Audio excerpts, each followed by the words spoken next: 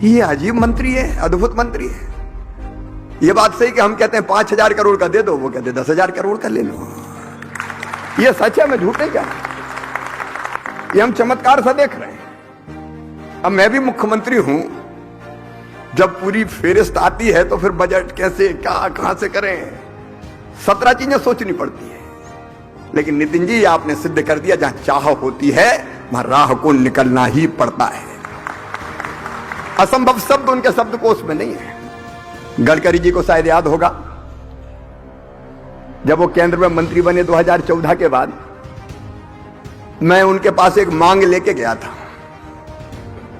मैंने उनसे कहा मुझसे बड़ी गलती हो गई, मैंने जो मेरे राज्य मार्ग थे उनको राष्ट्रीय राजमार्ग बड़ी मेहनत करके घोषित करवाया था। अब वो राष्ट्रीय राजमार्ग ऐसे हैं कि उनमें कई कई फीट के गड्ढे पड़े हुए हैं, कई जगह लोगों ने धान की बुआई कर दी है। और इसलिए मैं आपके हाथ जोड़ता हूं, मुझे राष्ट्रीय राजमार्ग नहीं चाहिए, मुझे राष्ट्रीय राजमार्ग को डी नोटिफाई करके राज्य मार्ग बना दो, मैं अपनी सड़कें बना लूंगा। गवाह है गडकरी जी, आप बैठे हैं। मैंने निवेदन किया था कि मेरे राज्य मार्ग वापस दे दो। भाई सुरेश धाकर जी भी हमारे पीडब्ल्यूडी के राज्य मंत्री यहां बैठे हुए हैं। मैंने कहा हमारे राज्य मार्ग वापस दे दो। गडकरी जी ने कहा शिवराज जी थोड़ा सब्र रखो, कुछ दिनों बाद अगर ये नहीं बने तो फिर इनको आप वापस ले लेना। आज मैं गर्व के साथ कह रहा हूं, आनंद के साथ कह रहा हूं, अकेले मध्य प्रदेश की धरती पर इस समय जो काम पूरे हो गए हैं, 2014 के बाद की बात कर रहा हूं, माननीय मोदी जी प्रधानमंत्री बने, गडकरी जी ने यह विभाग संभाला। मैं तब से अब की बात कर रहा हूं, जो चमत्कार लगती है। सचमुच में नरेंद्र मोदी जी भारत के लिए भगवान का वरदान है। एक वैभवशाली, गौरवशाली, संपन्न, समृद्ध और शक्तिशाली भारत का निर्माण हो रहा है। और नितिन गडकरी जी, मैंने पौराणिक गाथाओं में पढ़ा था, एक कल्प वृक्ष होता है। आपको भी ध्यान होगा, दो चीजें हम पढ़ते थे या सुनते थे, एक कामधेनु जो मांगो वो दे देती है, या कल्प वृक्ष। अब हम तो आश्चर्य करते थे, अगर पहले कोई वरिष्ठ नेता, वरिष्ठ मंत्री से मांगते थे तो वो थोड़ी बहुत आंखें बताते थे कि जितना हो सके उतना ही बोलो, इतना कहां से मांगते हैं। ये अजीब मंत्री है, अद्भुत मंत्री है। ये बात सही कि हम कहते हैं 5,000 करोड़ का दे दो, वो कहते 10,000 करोड़ का ले लो। ये सच है, मैं झूठे क्या? ये हम चमत्कार सा देख रहे हैं।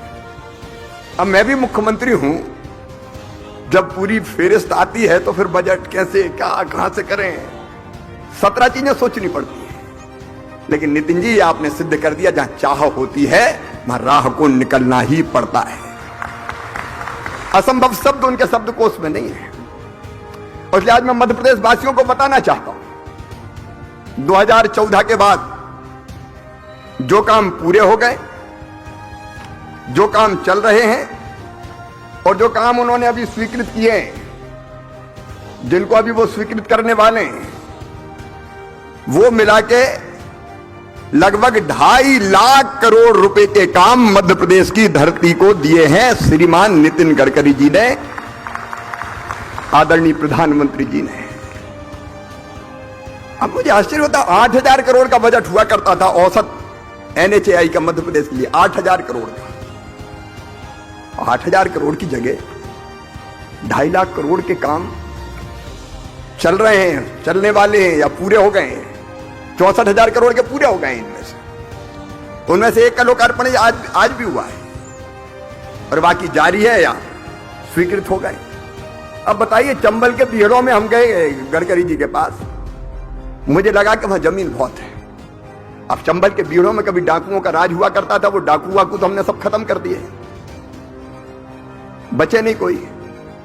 अब वहां की जमीन का बेहतर उपयोग हो, तो मैंने कहा कि गडकरी से बात करके देखता हूं। तो मैंने कहा यहां एक अगर राष्ट्रीय राजमार्ग मिल जाए तो ये जमीन पड़ी हमारे पास भी है। दिल्ली में, नोएडा में सैचुरेशन हो गया है, इंडस्ट्री के लिए जगह नहीं बची। हमारे पास चंबल के बीड़ों को प्लान करके अगर यहां राजमार्ग बन जाए तो हम इस जमीन का उपयोग कर लेंगे। मुझे लगा कि मैं कह रहा हूं होगा नहीं, लेकिन गडकरी जी ने कहा हो जाएगा। अब उसका अलाइनमेंट बन गया। बीच में एनजीटी ने कुछ आपत्ति लगाई तो अलाइनमेंट बदल के आपने नया अलाइनमेंट भी स्वीकृत कर दिया और बहुत जल्दी चंबल के बीहड़ों से राष्ट्रीय राजमार्ग निकलेगा और मैं बीहड़ की जमीन में इंडस्ट्री लाऊंगा, नई टाउनशिप बनाऊंगा। सचमुच में विजन होता तो ऐसा होता है। चारों तरफ काम हो रहे हैं, पूरे मध्य प्रदेश में किसी भी संभाग में देख लीजिए।